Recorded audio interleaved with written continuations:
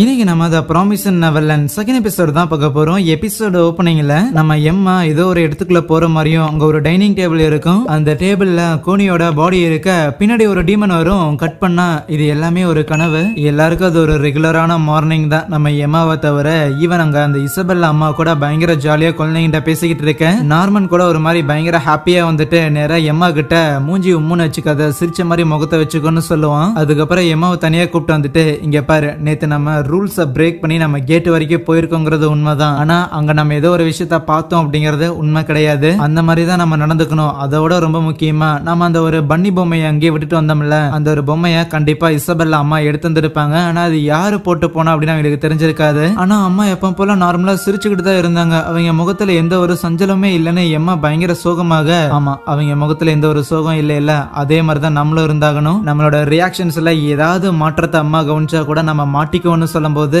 எம்மாக்கு புரியுது. பயங்கர நல்ல சொக்கா, நல்ல சாப்பாடு, ஒரு பயங்கரமான ஒரு லைஃப் ஸ்டைல். ஆனா இது எல்லாமே நம்மள ஏதோ ஒரு பட்டிக்குள்ள வச்சு ஆடு மாடை வளர்க்குற மாதிரி தானா, அப்பப்ப வியாபாரியை கூப்பிட்டு விக்கிற மாதிரி நம்மள எல்லாம் வித்துக்கிட்டு இருக்கிறாங்களான்னு சொல்ல. ஆனா அப்பதான் நார்மன் ஒரு விஷயத்த சொல்றான். நேத்து அந்த டீமன்ஸ் எல்லாம் பேசும்போது சில விஷயங்கள் நோட் பண்ணி இருப்பான். இங்க இருந்து ஒவ்வொரு குழந்தைங்களையும் அனுப்புறாங்கல்ல, சோ அது ஒன்னும் ரேண்டமா கிடையாது. ஏன்னா அந்த கோனிக்கு வந்து 6 வயசு, அங்க இருக்கிற ஒரு டீமன் இந்த தடவையும் ஒரு ஆவரேஜான ஒரு ஹியூமனை தான் கொடுத்துருக்கே அப்படின்னு சொன்னான். சோ 6ங்கிறது ஆவரேஜ்னா அப்ப முழுசுங்கிறது 12 தான். இது வரைக்கும் இந்த ஆர்ஃபனேஜ்ல இருந்து வெளியே போனவங்க 12 வயசுக்கு மேல யாருமே இங்க இருந்தது கிடையாது. அப்படின்னா 6ங்கிறது ஆவரேஜ்னா 12 வயசு இருக்கிறது தான் ஹை குவாலிட்டியான குட்ஸ். ஆனா அதே நேரத்துல மார்க் யாரு அதிகமா வாங்குறாங்களோ அவங்க தான் 12 வயசு வரைக்குமே இதே இடத்துல இருக்கிறாங்க. மார்க் கம்மியா வாங்குறவங்கள முதல்ல வந்து அனுப்பிச்சு விட்டுறாங்க. நாம எடுக்கிற மார்க்குக்கும் நம்மள இங்கிருந்து ஷிப் பண்றதுக்கும் என்ன ஒரு சம்பந்தம் ஒண்ணுமே புரியலையா? ஒருவேளை 6 வயசுக்கும் 12 வயசுக்கும் என்ன வித்தியாசமா இருக்கும்? நம்ம கொஞ்சம் வளர்ந்துருப்போம், அதனால நம்ம பாடிக்கு இது டேஸ்டா இருக்குமான்னு கேட்டுக்கிட்டு இருக்கேன். நார்மனுக்கு அப்பதான் ஸ்ட்ரைக் ஆகுது,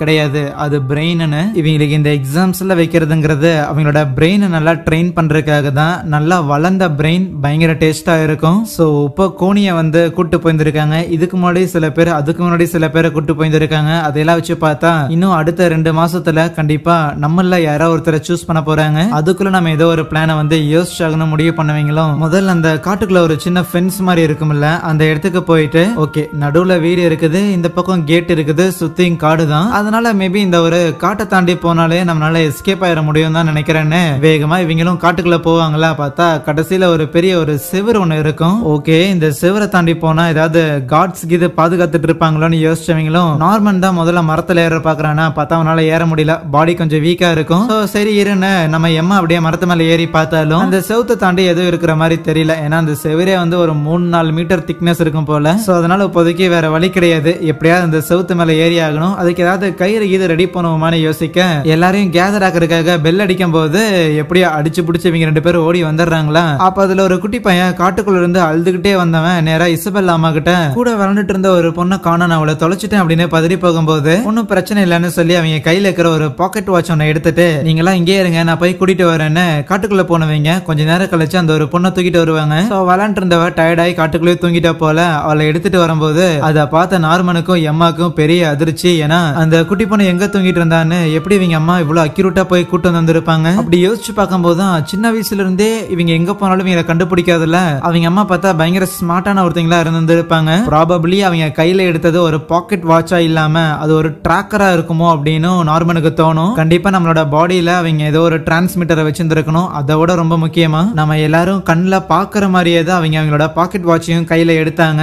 சோ நீங்க யாரா இருந்தாலும் சரி உங்களை நான் 24 மணி நேரம் கண்காணிச்சுக்கிட்டே இருப்பேன் அப்படின்னு குறிக்கிற விதமா தான் வேணும்னே அதை நம்ம எல்லாத்தோட கண்ணிலையும் படுறபடியே காமிச்சிருக்காங்கன்னு சொல்ல, நீங்க நடக்கிறது எல்லாத்தையுமே நம்ம ரேவும் மேல இருந்து கவனிக்க தான் செய்யறான். இப்போதைக்கு இவங்க அந்த செவரு மேல ஏறதுக்கு ஏதாவது கயிறை வந்து ரெடி பண்ணணும் அப்படின்னு யோசிச்சுக்கிட்டு இருக்கேன். நம்ம பேசுறதுல ஒட்டு கேட்கறதுக்காக ரூம்ல ஏதாவது பக்கு கீது இருக்குமா அப்படின்லாம் எம்மா கேட்கும் போது இல்ல அதெல்லாம் நான் எல்லாத்தையும் செக் பண்ணிட்டேன். அது மட்டும் இல்லாம நம்ம எல்லாம் எங்க இருக்கிறோம் அப்படிங்கிற எக்ஸாக்டான விஷயத்த அவங்களால கண்டுபிடிக்க முடியாது. இன்னும் சொல்ல போனா யாரோ ஒருத்தங்க கேட்டுக்கிட்ட வந்திருக்காங்க அப்படின்னு தான் நம்ம அம்மாக்கு தெரிஞ்சிருக்குமே தவிர அது யாருன்னு தெரிஞ்சிருக்காது. சோ அவங்க கையில வச்சிருக்க அந்த டிராக்கர் டிவைஸ் வந்து அவ்வளவுதான் ஒர்க் ஆகும்னு நினைக்கிறேன். சோ அதனால நம்ம இந்த அளவுக்கு கேர்ஃபுல்லா இருக்கிறோம் அப்படிங்கறது தான் முக்கியம்னு சொல்லிக்கிட்டு இருக்கேன். அப்ப அந்த டானுங்கிற பையன் ஏதோ வேலையா நம்ம நார்மனை கூப்பிடுவானா இறான்னு சொல்லிட்டு அவன் டான் பின்னாடி போக வேலையை முடிச்சதுக்கு அப்புறம் திருப்பி வந்தா அங்க நம்ம எம்மா கிட்ட இசபெல்லா நின்னுகிட்டு இருப்பா. நார்மனுக்குள்ள அப்படியே தூக்கி வாரி போட ஆரம்பிச்சிடும். என்ன பாப்பா ரொம்ப ரொம்ப சோகமா இருக்கிற மாதிரி தெரியுதுன்னு அப்படின்னு ஒரு மாதிரி டெரரா பேச எப்படியோ எம்மா சமாளிக்க ஆரம்பிச்சிருவா. இல்ல நாங்களும் கொஞ்ச நாள்ல இங்க இருந்து போயிருவோம்ல, அது நினைச்சாதான் எனக்கு ரொம்ப வருத்தமா இருக்கு. எனக்கு உங்களை விட்டு பிரிஞ்சு போறதுக்கு சுத்தமா மனசே கிடையாது. அது மட்டும் இல்லாம கோனி அவ நல்லா தானே இருப்பா, அடிக்கடி சொல்லிட்டே இருப்பா உங்களை மாதிரியே ஒரு நல்ல ஒரு அம்மாவா இருந்து குழந்தைங்களாரையும் பாத்துக்கணும்னு. அது நடக்குமா என்னன்னா கேட்கும் போது அவங்களும் கோனி நல்ல ஒரு அம்மாவா இருப்பான்னு சொல்லும் போது இங்க இதெல்லாம் கேட்டுட்டு இருந்த நார்மன் ஐயோ உள்ள போய் எப்படி அவங்க கான்வர்சேஷனை பிரேக் பண்றதுன்னு நினைச்சுக்கிட்டு இருக்கேன். கரெக்டா நம்ம ரே பெல் அடிச்சுட்டு கமான் டின்னருக்கு டைம் ஆயிடுச்சுன்னு சொல்லுவானா. இதாண்டா சான்ஸ்னு நார்மனும் ஏமா வா போகலாம் அப்படின்னு சொல்லி 2 பேரும் ஸ்டெப்ஸ்ல இறங்க போக அப்ப அவங்க அம்மா கூப்பிட்டு ஆமா 2 பேரும் இந்த மாதிரி கேட்டு கிட்ட வந்தீங்களான்னு கேட்க கேட்டு கிட்டயா நாங்க எதுக்கு வர போறோம், அது ரூல்ஸுக்கு எகெயின்ஸ்ட் ஆச்சுன்னு நம்ம நார்மன் சமாளிக்க ஆரம்பிப்பானா. வராத வரைக்கும் சந்தோஷம் தான் அப்படின்னு சொல்லிவிட அதுக்கப்புறம் இவனுங்களும் கீழே இறங்கி வருவாங்க. கீழே வந்ததுக்கு அப்புறம் பார்த்தா நம்ம எம்மாக்கும் நார்மனுக்கும் அப்படியே கை கால்லாம் உதற ஆரம்பிச்சிடும். பட் இருந்தாலும் பரவாயில்ல, அவங்கள நம்மள பெருசா சந்தேகப்படல, அது வரைக்கும் ஓகே தான் அப்படின்னு நினைக்க. ஆனா எல்லா நேரம் ரே அவங்கள ஃபாலோ பண்ணிட்டே இருப்பான். நைட்டு எல்லாரும் தூங்கினதுக்கு அப்புறம் யாரும் பார்க்காதபடி அங்க இருக்கிற ஒரு ஸ்டோர் ரூம்ல இந்த அழுக்கு படியக்கூடாதுன்னு சொல்லி துணி எல்லாம் போட்டு இருந்திருப்பாங்கல்ல, அதையெல்லாம் கலெக்ட் பண்ணி வந்து அடுத்த நாள் சும்மா இடுப்புல கட்டிட்டு அதை கொண்டு வந்து அங்க இருக்கிற ஒரு மரத்தோட பொந்துல போட்டு வைப்பாங்க. சோ நிறைய துணியை ஒண்ணு சேர்த்து ஒரு பெரிய கயிறு மாதிரி மாத்தலான்னு. சோ எப்படி இங்க இருந்து எஸ்கேப் ஆகி போகணும். ஆனா அதுக்கு முன்னாடி நம்ம உடம்புல எங்க அந்த டிராக்கர் இருக்குங்கிறத கண்டுபிடிச்சாகணும். அது எல்லாத்துக்கும் மேல இதை நம்மளால தனியா மட்டும் செய்ய முடியாதுன்னு நினைக்கிறேன். ரேவ இது உதவிக்கு கூப்பிட்டுக்கலாமா, உனக்கு இது கூட சேர்த்துக்கலாமா அப்படின்லாம் கேட்க நம்ம நார்மனுக்கு ஓகே தான், எப்படியும் ரே கிட்ட சொன்னா அவன் பயங்கர யூஸ்ஃபுல்லா இருப்பான். ஆனா இருந்தாலும் ஒரு டவுட் இருக்கு, அது என்ன மேட்டருங்கிறத ஒப்பவே சொன்னாதான் என்னவான்னு ரே அங்க வந்து நிப்பான். சோ உங்களை நான் ஃபாலோ பண்ணிட்டு தான் இருந்தேன். கவுன்ச் அன்னைக்கு கோனி கிட்ட பொம்மை கொடுக்கறதுக்காக போனீங்க, திருப்பி வரும்போது பொம்மையை கொடுக்க முடியலன்னு சொன்னீங்க, ஆனா கையில பொம்மை இல்ல.